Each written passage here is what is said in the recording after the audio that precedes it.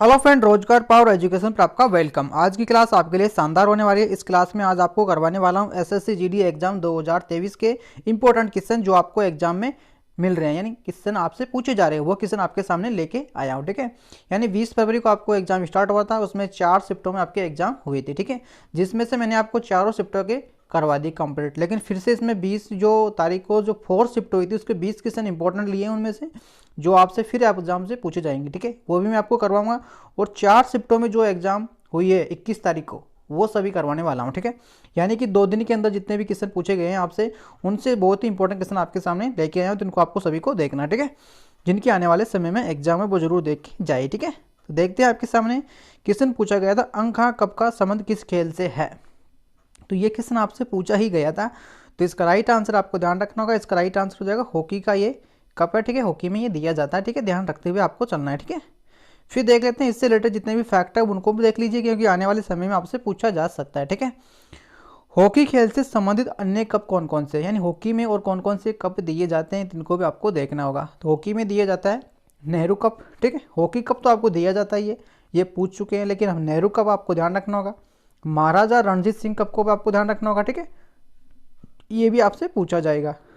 और अंक हाँ कप तो आपको मैंने बता ही दिया। ठीक है, ध्यानचंद कप भी आपको ध्यान रखना होगा, और गुरु नानक कप, ये सभी कप हॉकी में दिए जाते हैं। ठीक है, एक बार फिर से देख लीजिए, हॉकी में कौन कौन से कप दिए जाते हैं। नेहरू कप दिया जाता है, महाराजा रणजीत सिंह दिया जाता है, अंक हाँ कप दिया जाता है, और ध्यानचंद कप दिया जाता है, और गुरु नानक कप। यानी इन कपों को आपको ध्यान में रखना है कि आपसे हॉकी से रिलेटेड पूछे जा सकते हैं। ठीक है, फिर देखना है कि फुटबॉल से भी आपसे पूछे जा सकते हैं, तो फुटबॉल में कौन कौन से दिए जाते हैं उनको भी आपको ध्यान में रखना होगा। ठीक है, फुटबॉल में दिए जाते हैं जूस रिमेट कप। ठीक है, संतोष ट्रॉफी कप फुटबॉल में दिए जाते हैं। ठीक है, संतोष ट्रॉफी को आपको जरूर से जरूर ध्यान रखना है। ठीक है, संतोष ट्रॉफी को आपको जरूर से जरूर ध्यान रखना है, फुटबॉल में दिया जाता है। ठीक है, इसके बाद देखिए क्रिकेट में कौन कौन से दिए जाते हैं। तो क्रिकेट में आपको ध्यान रखना होगा विजय हजारी, रणजी ट्रॉफी, शहीद मुश्ताक अली ट्रॉफी, एजाज दिलीप ट्रॉफी, इन सभी ट्रॉफियाँ ये क्रिकेट में दी जाती है, जिनको आपको ध्यान में रखना होगा। ठीक है, टेनिस में कौन कौन से दिए जाते हैं।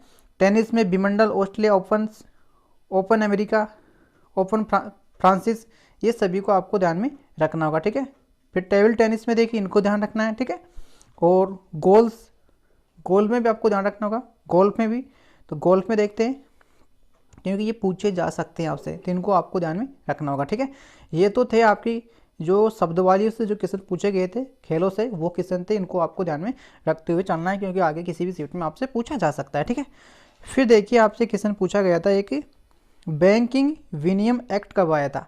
तो ये आया था आपका 1949 में आया था, यानी बैंक से रिलेटेड भी क्वेश्चन आपसे पूछे जा रहे हैं। ठीक है, बैंक विनियम अधिनियम 1949 में आया था। ठीक है, इंपॉर्टेंट क्वेश्चन बनेगा, एग्जाम में आपसे पूछा जा सकता है आगे भी। ठीक है, फिर देखिए पहली बार जो बैंकों का राष्ट्रीयकरण हुआ था वो कब हुआ था, ये भी आपको बताना होगा। तो पहली बार जो बैंकों का राष्ट्रीयकरण हुआ था वो 1969 में हुआ था। ठीक है, ये भी आपको ध्यान में रखना होगा। और दूसरी बार कब हुआ था, 1980 में हुआ था।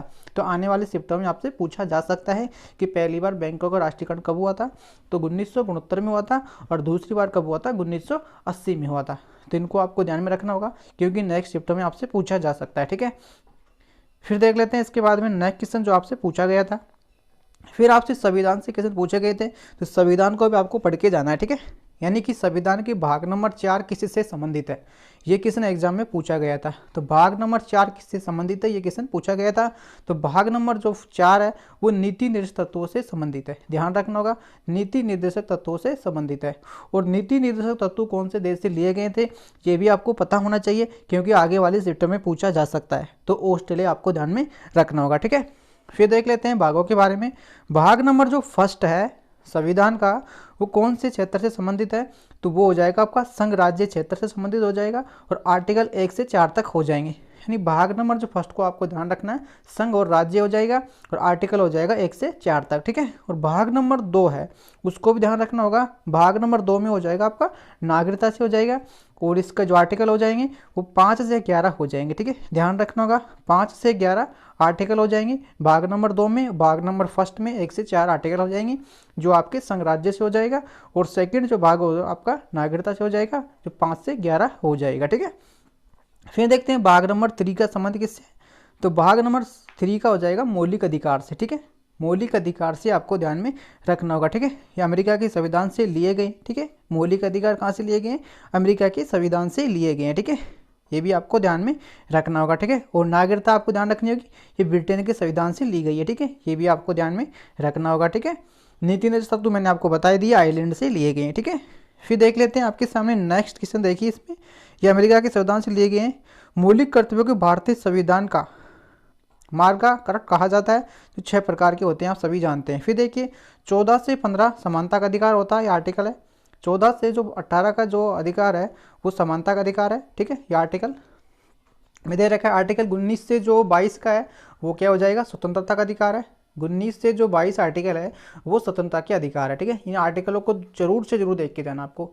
फिर देखिए आर्टिकल 23 से 24 है, शोषण के विरुद्ध हो जाएंगे, यानी 23 से 24 तो हो जाएंगे शोषण के विरुद्ध हो जाएंगे। 19 से जो 22 है वो हो जाएंगे स्वतंत्रता, और 14 से 18 हो जाएंगे समानता, ठीक है।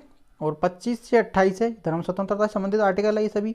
और फिर देखिए 29 से जो 29 से 30 तक वो अल्पसंख्यक समाज के हिस्से संबंधित आर्टिकल है, ठीक है। इन सभी आर्टिकलों को ध्यान रखना है। और 32 में हो जाएगा आपका संवैधानिक उपचारों का अधिकार, ठीक है। ये भी आपको ध्यान में रखना होगा, बहुत इंपॉर्टेंट आर्टिकल है 32वां, ठीक है। संवैधानिक उपचारों का अधिकार, ठीक है। इंपॉर्टेंट क्वेश्चन है, इनको देख के जाना होगा आपको, ठीक है। फिर देखिए आर्टिकल जो 32 है इसके बारे में देख लेते हैं थोड़ा सा। आर्टिकल 32 को भीमराव अंबेडकर साहब ने संविधान की आत्मा कहा है।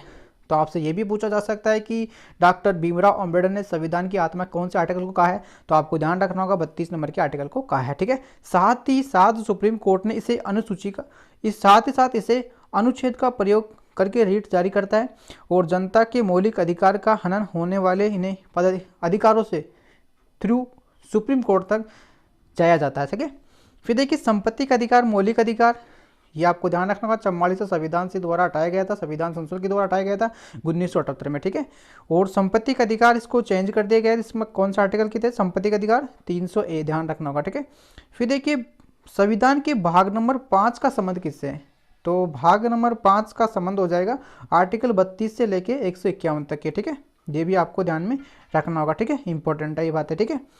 फिर देख लेते हैं भाग नंबर जो 6 है इसका संबंध, देखिए इसका संबंध हो जाएगा 152 से लेके 237 तक हो जाएगा।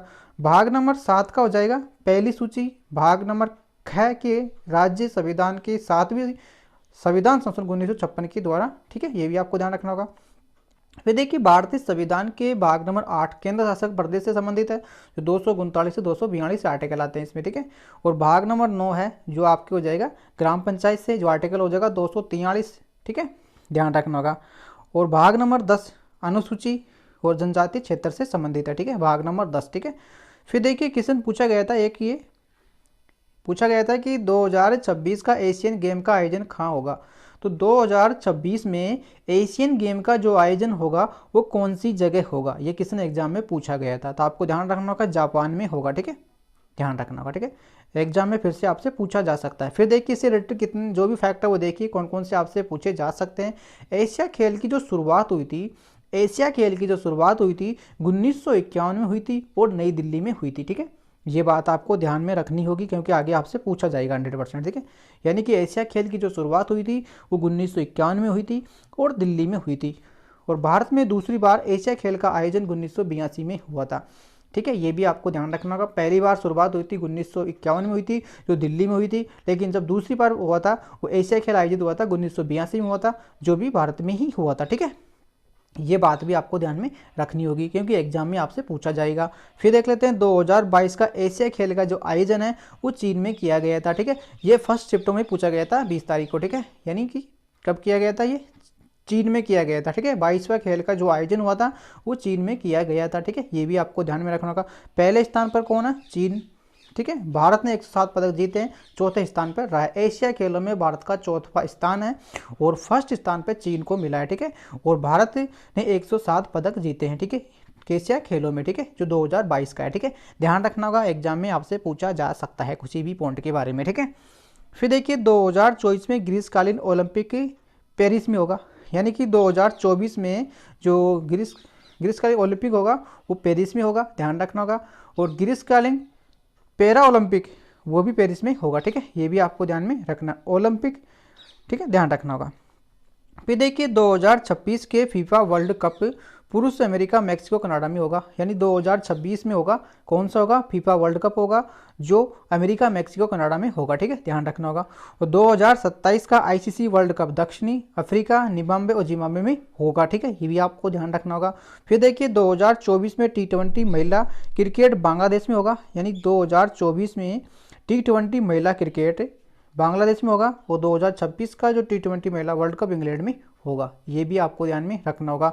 2024 में T20 महिला क्रिकेट बांग्लादेश में होगा और 2026 का T20 महिला वर्ल्ड कप इंग्लैंड में होगा, ठीक है। बांग्लादेश को और इंग्लैंड को दोनों को ध्यान में रखना है, ठीक है। ये सभी इंपॉर्टेंट फैक्ट है, इनको एग्जाम में पूछा ही जाएगा, ठीक है, ध्यान रखना। फिर देखिए T20 पुरुष क्रिकेट अमेरिका और वेस्ट इंडीज में होगा, ठीक है, T20 पुरुष वाला, ठीक है। पुरुष वाला तो कौन सी जगह होगा? अमेरिका वेस्ट इंडीज में होगा। और महिला वाला कौन सी जगह होगा? बांग्लादेश में होगा, ठीक है। और 26 का कौन सी जगह होगा? इंग्लैंड में होगा, ठीक है। ऐसे आपको ध्यान में रखना है। 2025 में आईसीसी महिला वर्ल्ड कप भारत में होगा।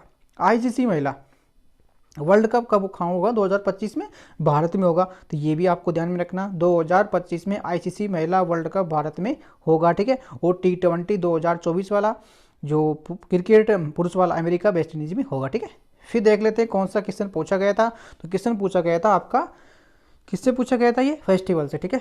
हॉर्नबिल फेस्टिवल कौन सी जाति मनाती है? तो आपको पता होना चाहिए, ये नागालैंड में मनाया जाता है, ठीक है। त्योहारों का त्यौहार किसे त्यौहार को कहा जाता है? त्योहारों का त्यौहार किसे कहा जाता है? हॉर्नबिल जो त्यौहार इसे कहा जाता है, ये नागालैंड में ही मनाया जाता है, ठीक है, ये भी आपको ध्यान रखना होगा। फिर देख लेते हैं इसमें हॉर्नबिल त्यौहार को पहली बार 2000 में मनाया गया था। सबसे पहले कब मनाया गया था? 2000 में मनाया गया था। ये दिसंबर के माह में 10 दिन तक आयोजित होने वाला नागालैंड का सबसे बड़ा त्यौहार है, ठीक है। हॉर्नबिल त्यौहार नागालैंड की स्थापना की गई थी 1 दिसंबर 2010 दिसंबर को 1 दिसंबर से 10 दिसंबर तक मनाया जाता है। और ये 10 दिसंबर को ये मनाया जाता है, ठीक है, 10 दिन तक चलता है, ठीक है। फिर देखिए हॉर्नबिल नागालैंड की राजकीय पक्षी का नाम क्या है?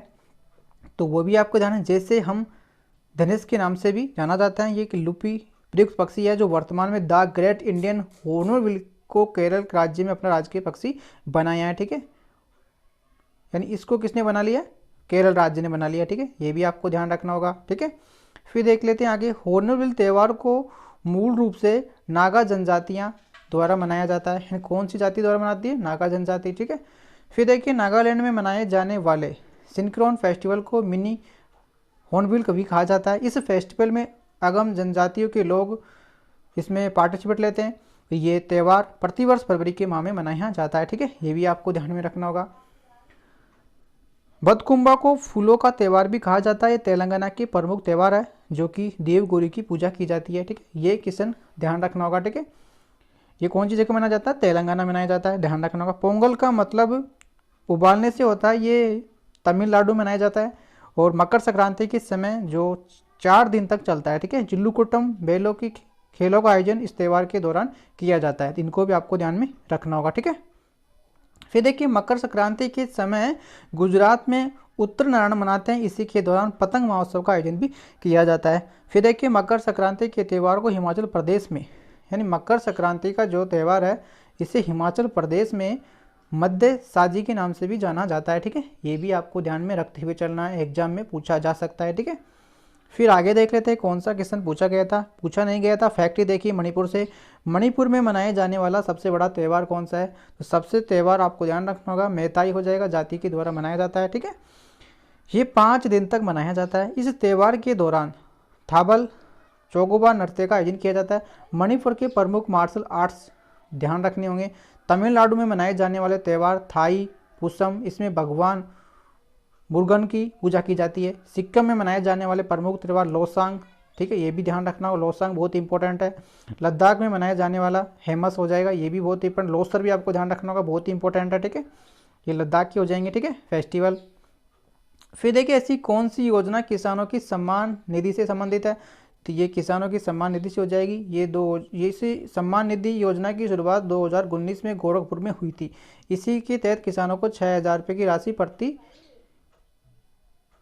प्रतिवार्षिक मदद की जाती है, ठीक है, ध्यान रखना होगा, ठीक है, यानी कि साल भर में 6,000 रुपये दिए जाते हैं, ये भी आपको ध्यान रखना होगा। और 2019 में गोरखपुर में से शुरुआत की गई थी, ठीक है, ध्यान रखना होगा।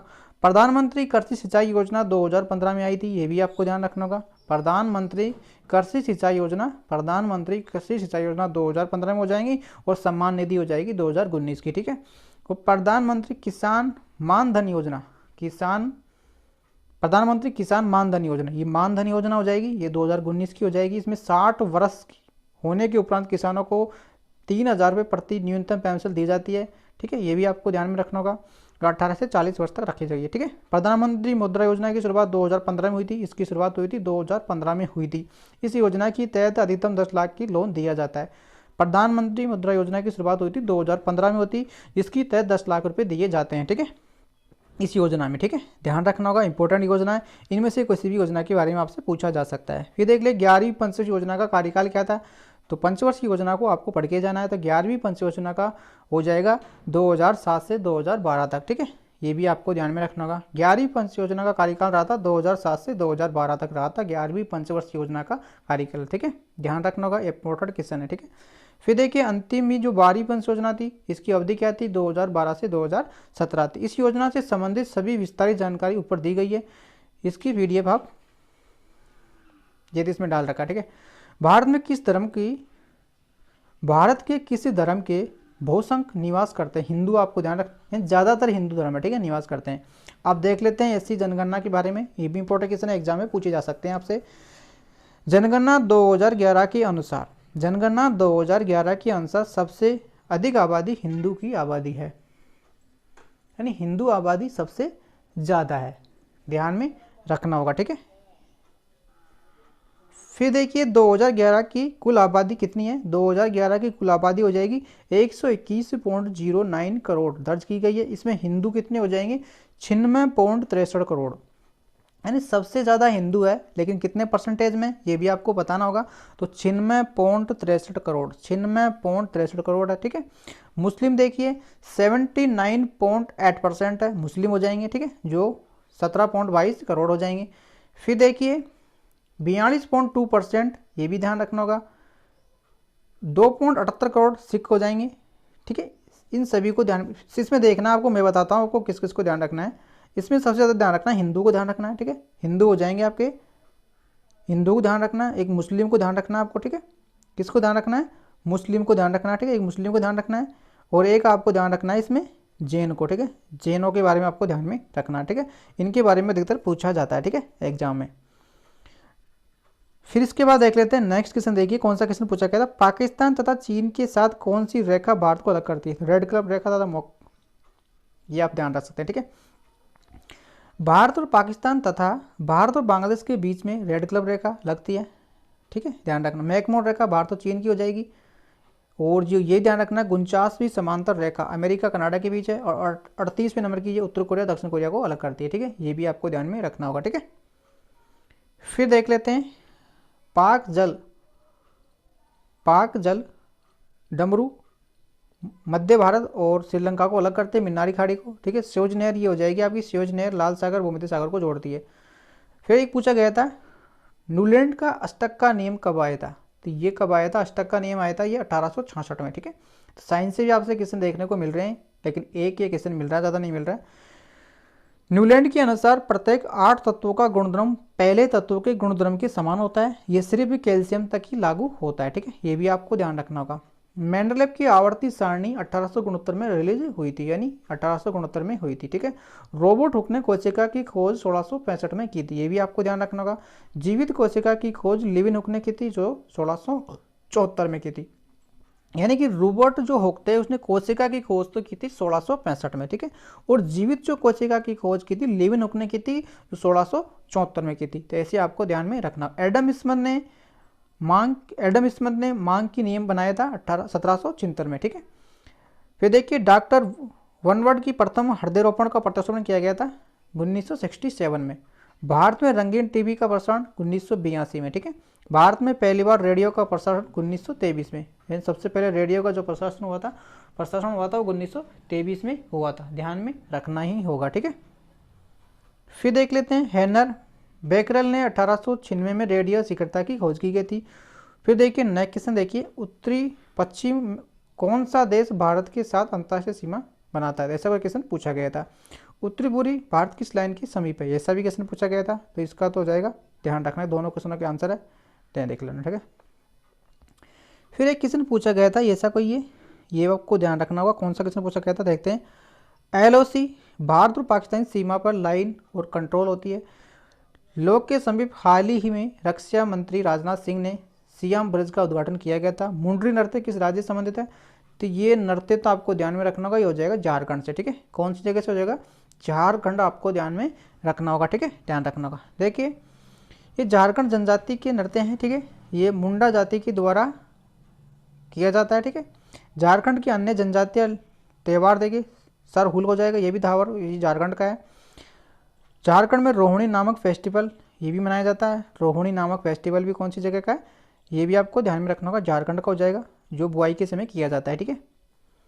फिर देखिए झारखंड में परशुनाथ की चोटी सबसे ऊंची चोटी है। झारखंड में स्वर्ण रेखा नदी हुंडरा जलप्रांत है, ये भी आपको ध्यान रखना होगा। झारखंड के प्रमुख लोया क्षेत्र, झारखंड के प्रमुख लोया क्षेत्र नवमुंडा कोयला क्षेत्र, झरिया अभ्रक क्षेत्र, कोडरेम, ये सभी इनको ध्यान रखना होगा। स्टॉक की स्थापना की गई थी 1907 में, झारखंड में की गई थी, ठीक है। इनको बिरसा मुंडा स्टेडियम के एग्जाम में पूछा गया, राउरकेला उड़ीसा में, ठीक है, ये भी आपको ध्यान में रखना होगा, ठीक है। ये दिल्ली पुलिस में पूछा गया था, बिरसा मुंडा हॉकी स्टेडियम कहाँ है, उड़ीसा में, ठीक है। फिर देखिए पंडित रविशंकर किसी से संबंधित, सितार से संबंधित हो जाएंगे। पंडित रविशंकर आप सभी जानते होंगे, सितार इनका राइट आंसर हो जाएगा। तबला अन्य प्रमुख कलाकार कौन से, तो तबला के हो जाएंगे आपके जहांगीर हुसैन हो जाएंगे, अल रखा खान हो जाएंगे, गुदाई महाराज हो जाएंगे, ठीक है। इनको आप किशन महाराज हो जाएंगे, फैजा खान हो जाएंगे, इन सभी को आपको ध्यान में रखना है, ठीक है, तबला का, ठीक है। जहांगीर हुसैन साहब को 2023 में पद्म विभूषण दिया गया था और 2024 में 11वीं अवार्ड इन्हें मिला है, ठीक है, 24 में, ठीक है, ध्यान रखना होगा। और सबसे पहले किसे मिला, पंडित रविशंकर को, कौन सा, 11वीं अवार्ड, ठीक है। फिर देख लेते हैं आगे, सितार के अन्य प्लेयर कौन कौन से हैं। सितार में देखिए पंडित रविशंकर हो जाएंगे, निखिल बनर्जी हो जाएंगे, अनुष्का शर्मा हो जाएंगी, वैलियन खान हो जाएंगे, ठीक है। इन सभी को आपको ध्यान में रखना है। बांसुरी के देखिए हरिप्रसाद चौरासिया सबसे बड़े, पन्नालाल घोष हो जाएंगे, राजेंद्र हो जाएंगे, ठीक है, इनको भी आपको ध्यान में रखना होगा। सरोद के देखिए प्रमुख अजमत अली खान हो जाएंगे, अली अकबर खान हो जाएंगे, अलाउद्दीन खान हो जाएंगे, ठीक है, ये कौन को हो जाएंगे, सरोद के हो जाएंगे। रुद्रवाणी के देखिए सदक अली खान, असद अली खान, ये हो जाएंगे। अन्नापूर्ण देवी, सुरबियार तोताराम, ढालचंद शर्मा, पाखाजी यू, ये सभी इनको ध्यान में रखने हुए चलता है, ठीक है। हरित क्रांति के बारे में देखिए, हरित क्रांति भारत में कब आई थी, तो हरित क्रांति भारत में आई थी 1967 में, ठीक है, ध्यान रखना होगा। हरित क्रांति ये आपको ध्यान में रखना होगा। हरित क्रांति भारत में 1967 में पंजाब में सर्वप्रथम आई थी, ठीक है, ध्यान रखना। हरित क्रांति भारत में कब आई थी, पंजाब में आई थी, ध्यान में रखते हुए चलना है, ठीक है। हरित क्रांति का जो मुख्य उद्देश्य था वो क्या था, तो हरित क्रांति का जो मुख्य उद्देश्य बताया गया था, उन्नत किस्मों की बीज व खाद्य का इस्तेमाल करके और खाद्यान्न को पैदावार को बढ़ाने से था, ठीक है, ये भी ध्यान में रखते हुए चलना है, ठीक है। फिर देखते हैं विश्व स्तर पर हरित क्रांति का जनक कौन है। विश्व स्तर पर, विश्व स्तर की बात कर रहा है वो, तो विश्व स्तर पर जो हरित क्रांति का जनक है वो डॉक्टर नॉर्बल बोरलॉन्ग है, जो अमेरिका के, तथा भारतीय स्तर पर कौन है, MM स्वामीनाथन। ये तो आपके हो जाएंगे विश्व स्तर पर, ये हो जाएंगे आपके भारत के स्तर पर, ठीक है। यानी विश्व की आपसे पूछी जाए तो बोरलॉन्ग हो जाएंगे जो अमेरिका के हैं, और अगर भारतीय स्तर पर पूछा जाए हरित क्रांति के जनक तो MS स्वामीनाथन हो जाएंगे। इन्हें 2024 में भारत रत्न भी मिला है, 2024 में इन्हें भारत रत्न दिया गया है, किसको, MS स्वामीनाथन को मिला है, ठीक है। फिर देखिए HYV ये क्या हो जाएगा, इसके बारे में आप देख लीजिए। हरित क्रांति का अवसर सबसे अधिक गेहूं की फसलों पर पड़ता है, ठीक है। श्वेत क्रांति का जनक कौन है, श्वेत क्रांति का भी ध्यान रखना होगा, डॉक्टर वर्गन कुरियन है, ये श्वेत क्रांति के हैं, ठीक है। जलियांवाला बाग भारत का नेता क्यों इकट्ठे हुए थे, तो ऐसा क्वेश्चन भी एग्जाम में देखने को मिला है, ठीक है। इनको फिर देख लेते हैं, जलियांवाला बाग में भारतीय नेता क्यों इकट्ठे हुए थे। सैफुद्दीन काचुल, डॉक्टर तेज बहादुर सिरपी की वजह से होते ही इन्हें गिरफ्तार कर लिया था। फिर देखिए जलियांवाला बाग अमृतसर में स्थित है, इसमें बैठक में गोलियां चलने का आदेश जनरल डार ने दिया था, 13 अप्रैल 1919 को हुआ था। जलियांवाला बाग हत्याकांड को रोल्ट एक्ट के समय लॉर्ड चैम्सफोर्ड वायसराय थे। फिर देखिए निम्नलिखित में से बैडमिंटन और आमतौर पर किस शब्द का प्रयोग किया जाता है बैडमिंटन में, ठीक है। तो इनका राइट आंसर देख लेते हैं, इनका राइट आंसर हो जाएगा ये देखिए डेयूस, ठीक है। बैडमिंटन के अन्य जो भी शब्द है उनको देखिए, ड्राइव, डबल फॉन्ट, बेसलाइन, ठीक है, इनको देख के जाना, ठीक है। लॉन टेनिस में देखिए, लॉन टेनिस के जितने भी वर्ड है इनको देख के जाना, ठीक है। फिर देख लेते हैं आगे नेक्स्ट क्वेश्चन, स्पोनोज वर्ड 2023 में किसे मिला था, तो आप देख सकते हैं, ठीक है, गुप्ता जी को दिया गया था, ठीक है। फिर नोबेल प्राइज 2023 में, तो भौतिक में किसे मिला है, इनका नाम देख सकते हैं आप। भौतिक में इनको मिला है, रासायनिक में इनको मिला है, शांति, साहित्य, चिकित्सा, अर्थशास्त्र में किन किन को मिला है इनको आप देख सकते हैं। और 53 वाला जो 2021 का दादा साहब फाल्के पुरस्कार गुणोत्तर में की शुरुआत हुई थी, ठीक है, देवी की रानी को प्रथम विजेता रही थी, हिंदी में मिला था इनको, ठीक है। ये सभी आप ध्यान में रखते हुए चलना है, ठीक है। फिर आगे देख लेते हैं नेक्स्ट क्वेश्चन, हर्षवर्धन ने किस किस क्षेत्र पर शासन किया है। हर्षवर्धन ने किस किस क्षेत्र पर शासन किया है, हर्षवर्धन से क्वेश्चन पूछा गया था, ठीक है। हर्षवर्धन वंश के शासक थे जो प्रारंभिक राजधानी धनवेश्वर तथा बाद में अपनी राजधानी को कन्नौज लाया गया था। हर्षवर्धन तथा चुकुल्य शासक पुलकेशिन द्वितीय और द्वितीय के बाद नर्मदा नदी के किनारे 618 में युद्ध हुआ था। हर्षवर्धन के काल में हनुमंत सांग भारत आए थे, ठीक है, ये भी आपको ध्यान में रखना होगा, ठीक है।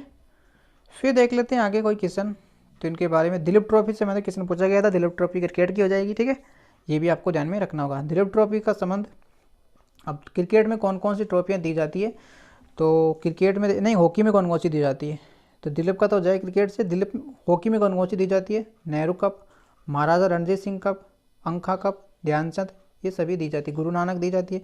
फुटबॉल में देखिए क्रिकेट में कौन कौन, रणजीत ट्रॉफी, सईद मुश्ताक अली, एजस श्रृंखला, ठीक है। टेनिस में देखिए, ठीक है, इन सभी को देखते हुए जाना है, पीछे मैंने आपको करवा दिए, ठीक है। शिरोजू नायडू कांग्रेस की अध्यक्ष कब बनी थी, तो ऐसा क्वेश्चन एग्जाम में देखने को मिला है। तो शिरोजू जो नायडू थी कांग्रेस की जो अध्यक्ष थी, कब बनी थी ये, तो ये 1925 में बनी थी, ठीक है। कब बनी थी, 1925 में शिरोजू नायडू कांग्रेस की अध्यक्ष बनी थी। कांग्रेस के जो प्रथम अधिवेशन में कुल 72 प्रतिनिधि सम्मिलित थे, यानी सबसे पहले जो कांग्रेस का अधिवेशन हुआ था उसमें सिर्फ 72 प्रतिनिधि सम्मिलित हुए थे। प्रथम बैठक मुंबई के गोकुलदास तेजपाल संस्कृत विश्वविद्यालय में हुई थी, ठीक है। अध्यक्षता व्यामोहन बनर्जी ने की थी। कांग्रेस के जो स्थापना ड्रिफिन के समय हुई थी एहू के प्रयास से, ठीक है। कांग्रेस की जो प्रथम मुसलमानी अध्यक्ष थे बदरुद्दीन तैयब थे, जो 1887 में मद्रास अधिवेशन, और कांग्रेस का दूसरा मुसलमान अध्यक्ष, यानी फर्स्ट तो बदरुद्दीन थे और दूसरे रहमतुल्लाह थे जो 1896 में बने थे, ठीक है। इस अधिवेशन के बाद वंदे मातरम जो हमारे राष्ट्रगान को गीत गाया गया था, ठीक है। कांग्रेस के प्रथम अंग्रेजी अध्यक्ष कौन थे, अंग्रेजी अध्यक्ष की बात कर रहे हैं, अंग्रेज अध्यक्ष कौन थे, तो जॉर्ज यूल थे, 1888 इलाहाबाद में बने थे, ठीक है। फिर देखिए दादा भाई नौरोजी ने अब तक कांग्रेस की 3 बार अध्यक्षता संभाली, एक 1886 में, 1893 में, 1906 में, ठीक है। Kolkata in great old man of the year, यानी इन्हें ग्रेट ओल्ड मैन इंडियन भी कहा जाता है। देश के सबसे पहले राष्ट्रीय आयु का अनुमान उन्होंने लगाया था। इसे ब्रिटेन से चुने जाने वाले पहले सदस्य भी थे, ठीक है। ये बातें भी आप ध्यान रख सकते हैं, ठीक है। फिर देखिए 1906 में अधिवेशन में 1906 अधिवेशन कोलकाता, इसमें सबसे पहले शिवराज शब्द का प्रयोग किया गया था, ठीक है। 1907 में अधिवेशन सूरत कांग्रेस में फूट पड़ गई थी, इसमें गरम दल नरम दल अध्यक्ष रासबिहारी बोस हो जाएंगे। कांग्रेस के 1916 के अधिवेशन में लखनऊ गरम दल नरम दल एक हो गए थे एनी विस्टन के प्रयास के साथ ही 1916 में, ठीक है, लखनऊ अधिवेशन में, ठीक है। ये भी ध्यान रखना, गरम दल और नरम दल दोनों एक हो गए थे एनी विस्टन के प्रयास से, ठीक है। साथ ही कांग्रेस और मुस्लिम लीग भी एक हो गई थी, ठीक है।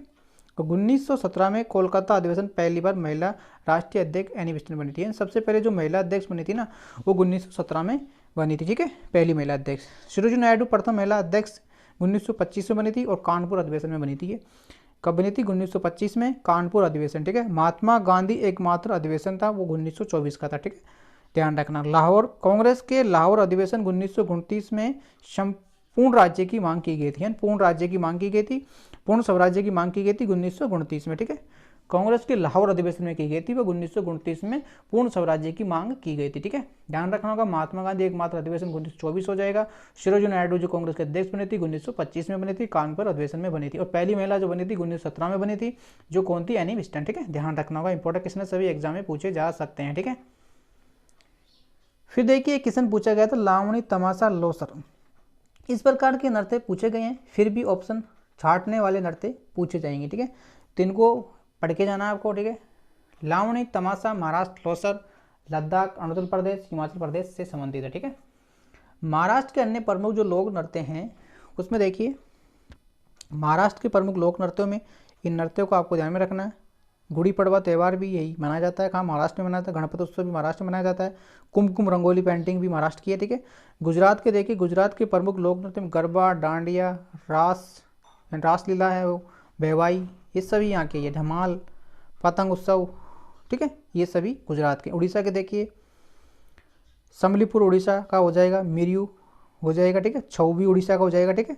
तिनको जगन्नाथ, भगवान जगन्नाथ रथ, कोकर्ण मंदिर नृत्य, ये सभी उड़ीसा के। पश्चिम बंगाल के देखो, काठी डांस, गंभीर, ठीक है, साथली, ये सभी डांस पश्चिम बंगाल के, ठीक है। तो इनको भी देख के जाना है, ठीक है। छत्तीसगढ़ के देखिए, छत्तीसगढ़ का देखिए कर्मा हो जाएगा, सुहा की तरह, तोता की तरह डांस सुहा हो जाएगा ये, ठीक है। पंडवानी हो जाएगा, गोर भी हो जाएगा, ठीक है। ये सभी कहाँ के हैं? छत्तीसगढ़ के। वर्ष 2023 के महाराष्ट्र के पहले उद्योगी रत्न, तो ये क्वेश्चन पूछा गया था अभी, यानी 2023 के महाराष्ट्र के पहले उद्योगी जो रत्न पुरस्कार से किसे सम्मान किया? रतन टाटा जी को दिए गए, ठीक है, आप सभी जानते होंगे। वर्ष 2024 के लिए सुभाष चंद्र बोस आपदा प्रबंधन पुरस्कार short parachute hospital Uttar Pradesh को दिए गए हैं, ठीक है, ये भी ध्यान रख सकते हैं। फिर देखिए आगे, फिर क्वेश्चन पूछा गया था, पूछा नहीं गया था, फैक्ट है ये। वर्ष 2023 में सुभाष चंद्र बोस आपदा प्रबंधन पुरस्कार उड़ीसा राज्य के आपदा प्रबंधन विभाग तथा लुगली फायर स्टेशन को दिया गया था, ठीक है। रतन टाटा को 2022 में असम वैभव दिया गया था। रतन टाटा को 2022 में असम वैभव भी दिया गया था।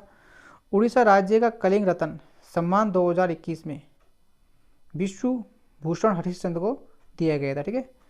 2023 में अम्बेडकर योगी आदित्यनाथ को दिया गया था। और 2024 में कुल 132 पद्म अवार्ड्स मिले, 110 पद्मश्री और पद्म भूषण है। 24 की बात कर रहा है ये, 23 की नहीं, 24 की बात कर रहा है। इन टोटल 132 मिले और 23 में मिले थे 120, ठीक है। 23 में तो मिले थे 120, लेकिन इसमें अभी मिल गए 132, ठीक है, ध्यान रखना होगा, ठीक है। पद्मश्री है 110 मिले हैं और 23 में मिले थे 91, ठीक है। पद्म भूषण इसमें कितने मिले हैं? 17, तो इनको ध्यान में रखते हुए चलना है, ठीक है। 2024 की बात है ये। फिर देखिए 2024 में रत्न अवार्ड नरसिम्हा राव को मिला है, ये भी ध्यान रखना होगा। M.N. स्वामी को मिला है, ठीक है, स्वामीनाथन को मिला है, चौधरी चरण सिंह को मिला है, कपूर ठाकुर को, लाल कृष्ण आडवाणी को, इन सभी को मिले हैं, ठीक है। अभी रत्न दिए गए 2024 में, ठीक है। पंडित बिरजू महाराज का संबंध किससे हो जाएगा? तो कथक से हो जाएगा, ठीक है, ये भी ध्यान रखना होगा, ये पूछा गया किसी ने।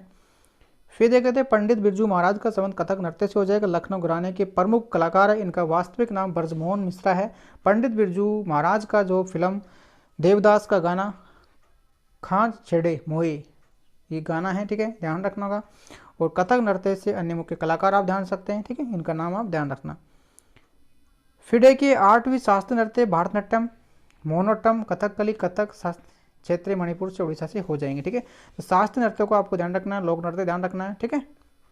फिर देखिए छऊ नृत्य 3 स्टेट में किया जाता है। छऊ नृत्य जैसे उड़ीसा में, झारखंड में, पश्चिम बंगाल। छऊ कौन कौन सी जगह होता है? उड़ीसा, झारखंड, पश्चिम बंगाल, ठीक है। और सबसे जो नवीनतम शास्त्रीय नृत्य वो शास्त्रीय हो जाएगा, 2000 में आया था। हरित क्रांति को और किस नाम से जाना जाता है? तीसरी क्रांति भी कहा जाता है। हरित क्रांति की तीसरी क्रांति खाद्यान्न क्रांति भी कहा जाता है। और हरित क्रांति भारत में 1967 में पंजाब में सर्वप्रथम हुई थी, ठीक है।